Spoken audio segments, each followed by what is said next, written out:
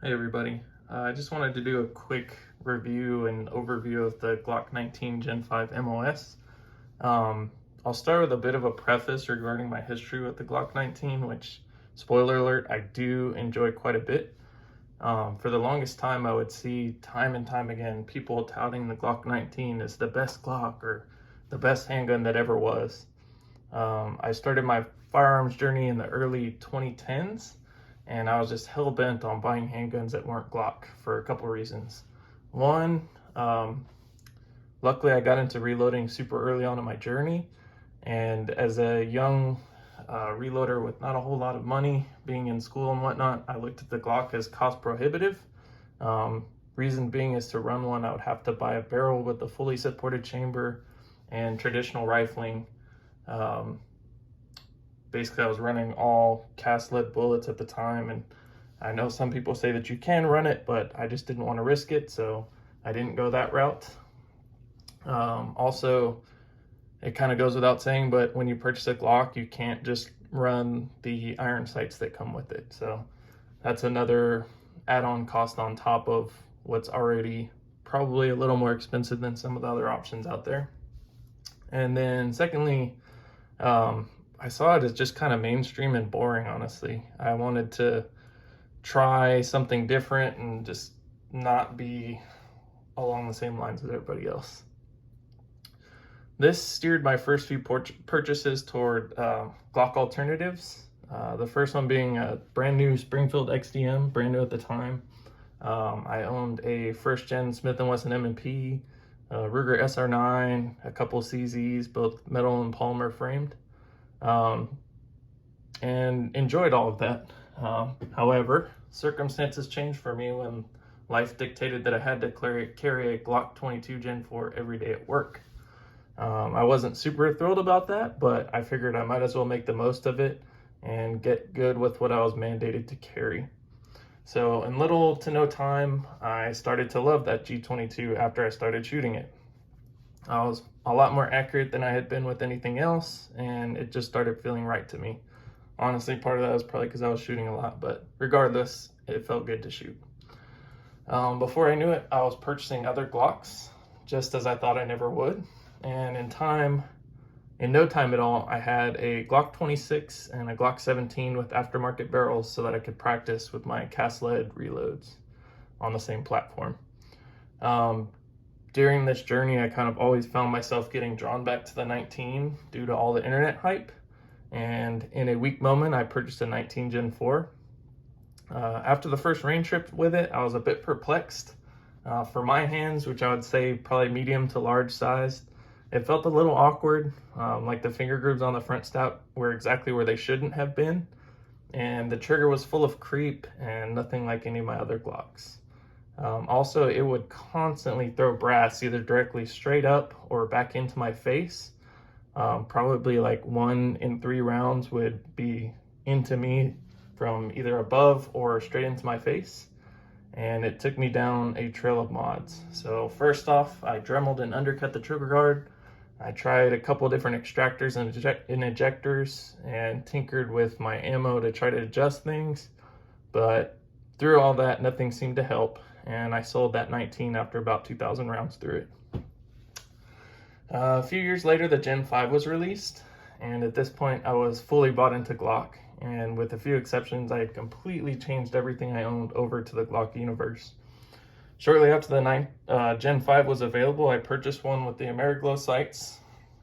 I shot it sporadically, and I liked it, but I still could not see why there was such an obsession with the 19. With this one, the trigger was way better, but with that half moon cut out on the early Gen 5s, I still found it kind of cramped and not super comfortable to shoot, so I ended up selling it. Fast forward to Glock 19 number 3. This one was also a Gen 5, this time with the forward serrations and no half moon cut on it. With this one, I started to see the light and I was really starting to like it more. The grip, while a little cramped, fit my hand pretty well. The recoil was comfortably controllable, and the gun shot like a full-size duty weapon while still being somewhat concealable. I was finally happy, but this didn't last forever. Because right around that time, that I purchased this 19, I also got my first red dot, handgun red dot. Needless to say, I was in love with shooting through an optic and was eager to convert everything I could over to having a dot, which led to the decision of either having to mill the slide on that Gen 5 or selling it to buy an MOS model. Eventually, after thinking about it some, and largely due to my impatience and not having to wait for a slide to come back, I sold this one. Which brings me to this Glock 19 that you see right in front of you. This is the 19 Gen 5 MOS. Along with the purchase of the pistol, I bought a C&H mounting plate, an RMR Type 2 3¼ MOA, so it's a RM06, Ameriglow suppressor height sights, TLR7 weapon mounted light, and a Kydex holster from Tier 1 Concealed to carry it with. After a few practice sessions with the new gear, I finally fully understood what the Glock 19 hype was about. It was accurate, thanks in part to the dot working better for me than irons. It was easy to shoot and still pretty concealable. By this point, it had definitely earned a permanent spot in my carry rotation. However, the holster I had was kind of lame and mostly took a role of being a backpack gun when I would go on longer trips away from home. Just for note, that is not this Tier 1 Concealed I'm talking about.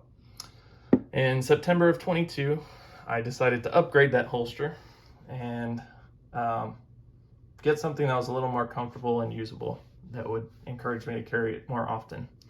After doing some research, I bought a Tier 1 Axis Elite, which is what I just showed. I was curious if the sidecar type holster lived up to the hype and was wanting to carry the G19 more often, as I could shoot a lot better than my 43 and 43X that I was mostly carrying at the time.